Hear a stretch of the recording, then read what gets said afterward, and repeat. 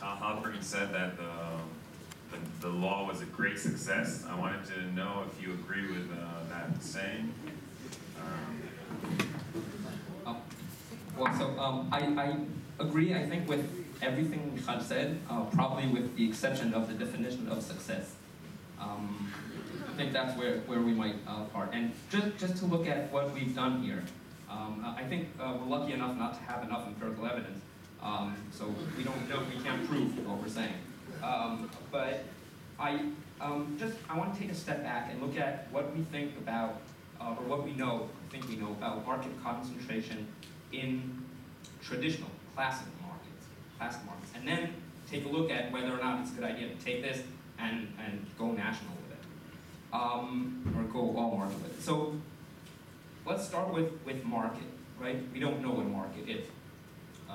We now have papers that show that the very idea of market definition is both illogical, because it entails some illogical step, right? The Kaplan paper.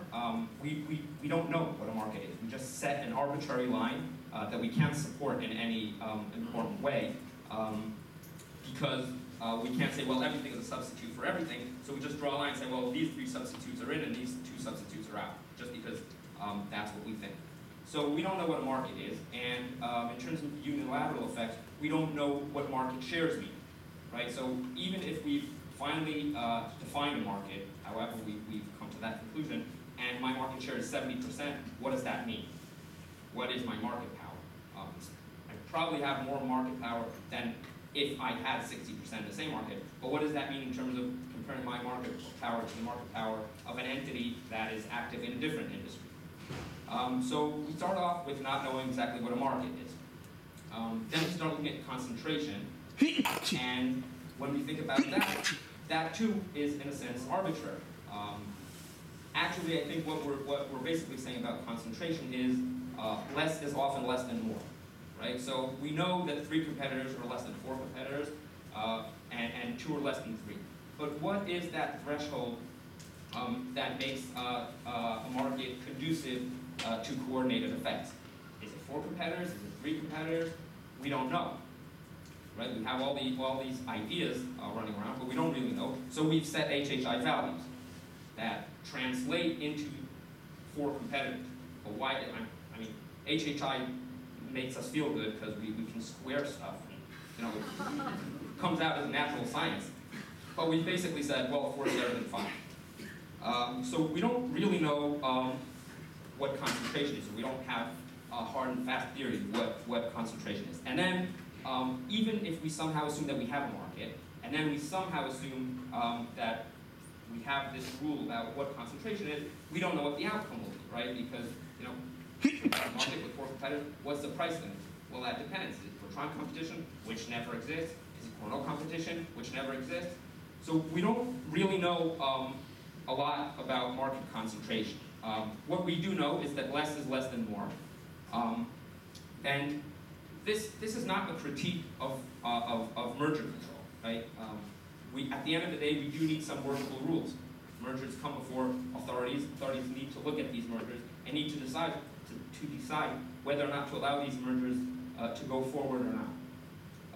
And you need some workable rule, and if the market needs predictability, then you need to tell the market what it is you're going to be doing under specific circumstances.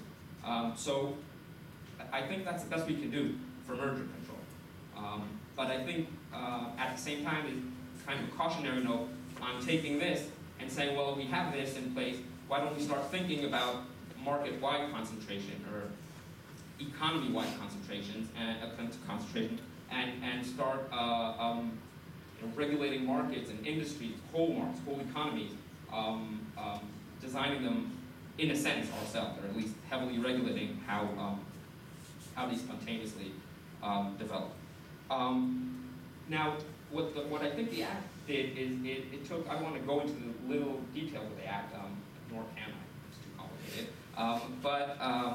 But I completely agree with David that when the government is allocating an asset, and there's a concentrated entity that bids higher than other entities, and the reason that concentrated entity is a concentrated entity is because it's just a monopoly or or has a large market share, well, that's just like I completely agree. If I have a 60% market share and I buy this other right or asset and then my market share is going to increase, well, let's stop that, just like we would block a merger.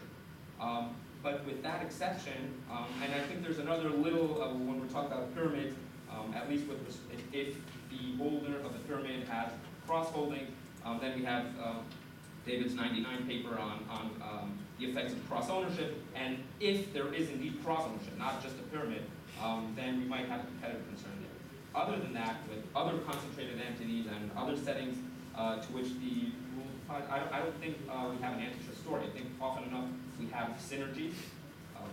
Entities are big or have a lot of holdings because they're good. And that's the reason they're big, and we shouldn't turn on them when they win. Other times we may have other stories at play, like regulatory capture, maybe corporate governance stories, but those